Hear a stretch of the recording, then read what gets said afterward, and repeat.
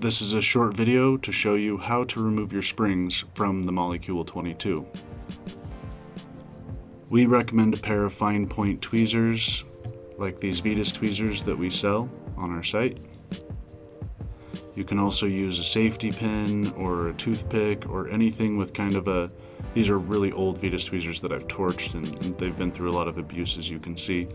But you're going to want something that you can basically stick into the little gap right there on the side of the spring, and you want to hook those two tabs basically and just push it straight up like that, and it pulls it right out.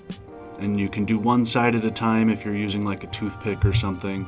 It might slightly bend your spring a little bit, but don't worry about that. It'll bend back when you reinstall it.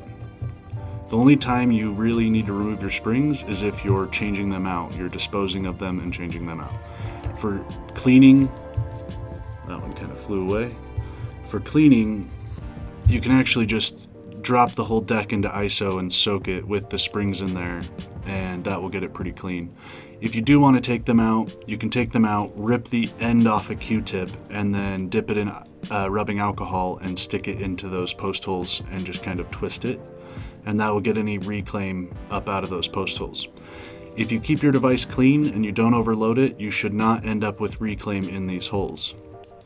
But if you do overload it, or something, it tips over, falls on its side, and wax leaks out of your bowl and down the side or something and gets underneath here, then you can pop those springs out and use a Q-tip to clean those.